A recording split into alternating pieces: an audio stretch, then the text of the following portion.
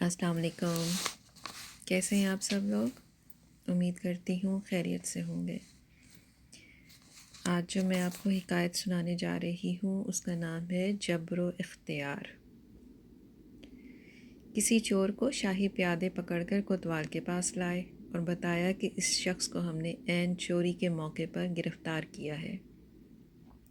کوتوال نے چور سے پوچھا، تو نے چوری کیوں کی ہے؟ اس نے جواب دیا، ہاں، لیکن میں نے جو کچھ کیا خدا کے حکم سے کیا۔ تو جانتا ہے کائنات کا ایک ذرہ بھی خدا کے حکم سے باہر نہیں ہے۔ یہ سن کر کوتوال نے پیادوں سے کہا، اسے درخت سے الٹا لٹکا کر اتنا مارو کہ کھایا پیا سب بھول جائے۔ یہ حکم سن کر چور نے گڑ گڑانا اور رونا شروع کر دیا۔ کوتوال نے کہا، اب کیوں روتا ہے؟ میں یہ کام بھی خدا کے حکم سے ہی کر رہا ہوں۔ اس واقعے پر ایک واقعہ یوں ہے کہ ایک شخص بغیر اجازت کسی کے باغ میں جا گھسا اور درخت پر چڑھ کر پھل توڑنے لگا۔ اتنے میں باغ کا مالک ادھر آ نکلا اور اس شخص کو پھل توڑتے دیکھ کر بولا، ارے او بے حیا، یہ کیا حرکت ہے؟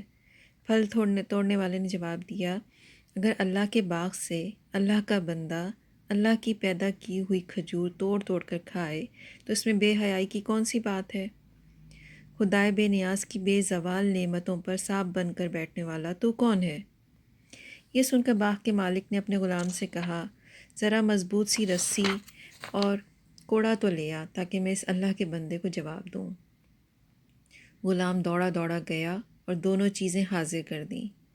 باغ کے مالک نے پھل چور کو اسی درخت سے باندھ کر پیٹھ پر کوڑے برسانے شروع کیے۔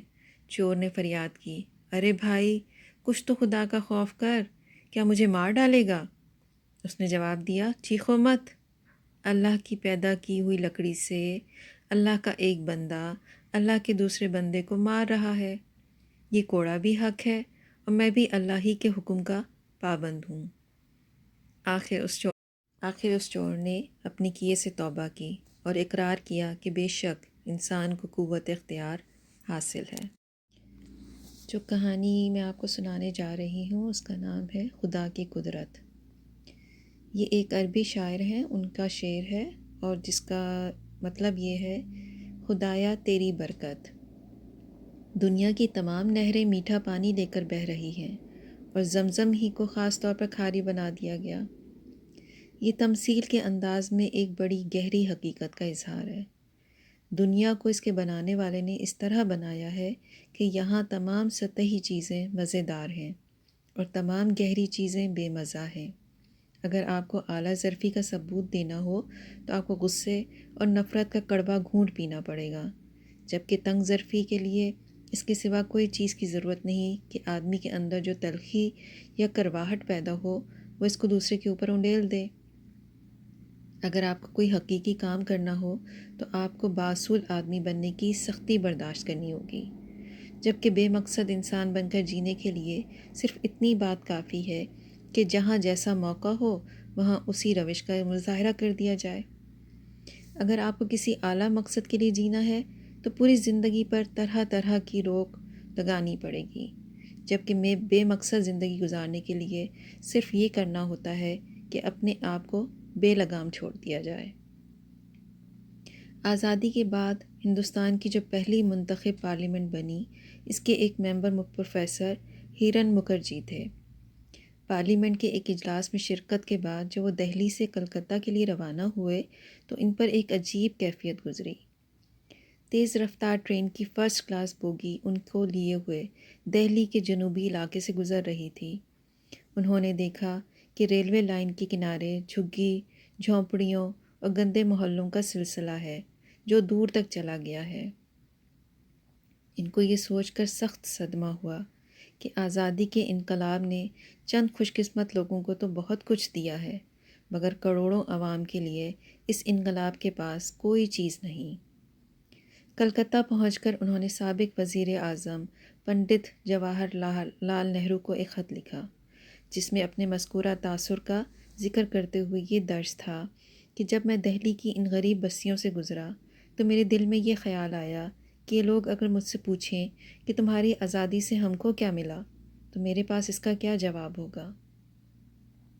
پنڈت نہرو نے پروفیسر ہرن مکھرجی کے اس خط کا جو جواب دیا اس کا ایک فقرہ یہ تھا: تم اپنے حساس ہونے کی قیمت ادا کر رہے ہو. You are paying the price of being sensitive.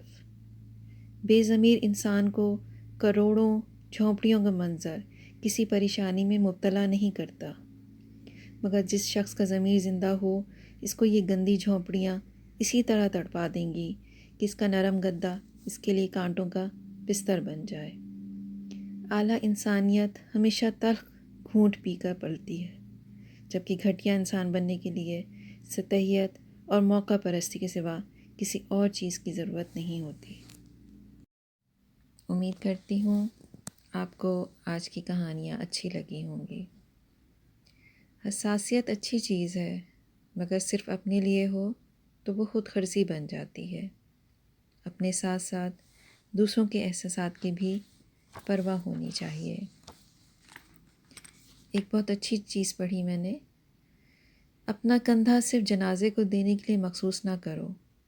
کبھی یہ کندھا کسی کو جیتے جی بھی دو کہ وہ اس پر سر رکھ کر رو سکے اور خود کو یہ باور کرا سکے کہ اس کے پاس بھی ایسا ایک کندھا ہے جس پر سر رکھ کر وہ اپنا غم ہلکا کر سکتا ہے.